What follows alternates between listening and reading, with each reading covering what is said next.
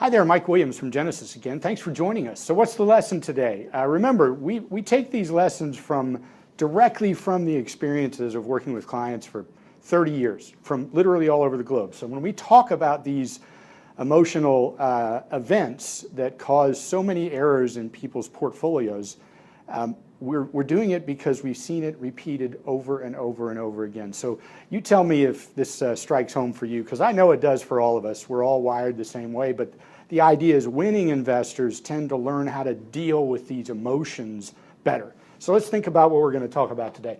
How many times have you said to yourself, I'm going to sell this thing, mutual fund, ETF, stock, bond, because it's not working? And then I'm going to buy this thing, stock, bond, ETF, mutual fund, because it is working. Now, I want you to think about what you're selling yourself.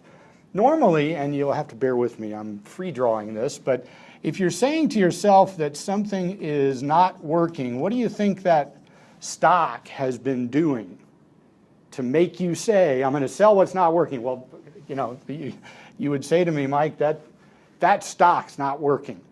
So what do people do? They, of course, sell what isn't working. And then what do they say to themselves? They say, well, look, I'm excited about X because, of course, it is working, meaning it already went up. So what are we doing really? Well, we're taking our money from this thing and we're putting it in this thing because look, we all know it feels better to be doing something that's working, right? In other words, we like to be in the in crowd. We want to be where it looks fun and feels exciting. And of course, watching something go up, we think that's working.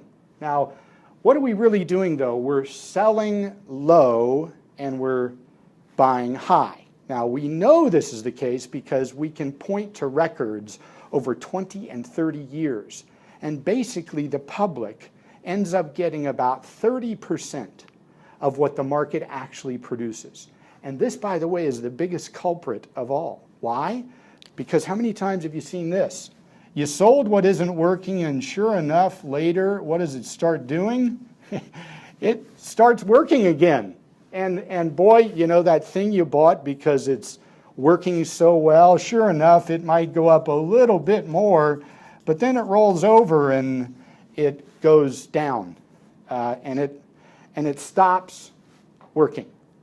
So what have you done? You have done completely opposite of what you need to be doing to build real wealth. Now, we're not talking about trading. Trading, we know nothing about trading. We know lots about building wealth and coaching people to get in the right direction. So what are we going to learn from this?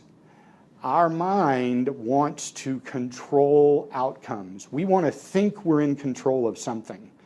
Markets are so far away from us being in control that it's not funny. So we have to accept that we're not in control of the future. We don't know what's going to happen from the bottom of our action forward. We never know what's going to happen. Anybody who tells you they do, keep your wallet away from them. But here's the key. What tends to happen is we forget that all we're really trying to do is allay emotions. In other words, it's stressful watching something not work. It's stressful watching something go up and we don't have a piece of it. It's like, I try to tell clients, stock markets are kind of like walking into a big, brightly colored candy store. You know how many different colors are in a candy store? And what does your stomach say every time you walk into a candy store? Gee, I'd love to have a piece of all these bright colored candies. Well, that's what people think investing is. I got to have something of everything that's working and none of what's not working. No such thing. Doesn't exist. There is no perfect plan. And selling you on that is a disservice. So, what are you really doing when this happens? What you're really doing is disconnecting from the emotional stress of watching red ink. And you're excited about belonging to the green ink, meaning what's working. And you want to be involved in that, and that's what our emotions drive us to do. But they make us do really illogical things over time.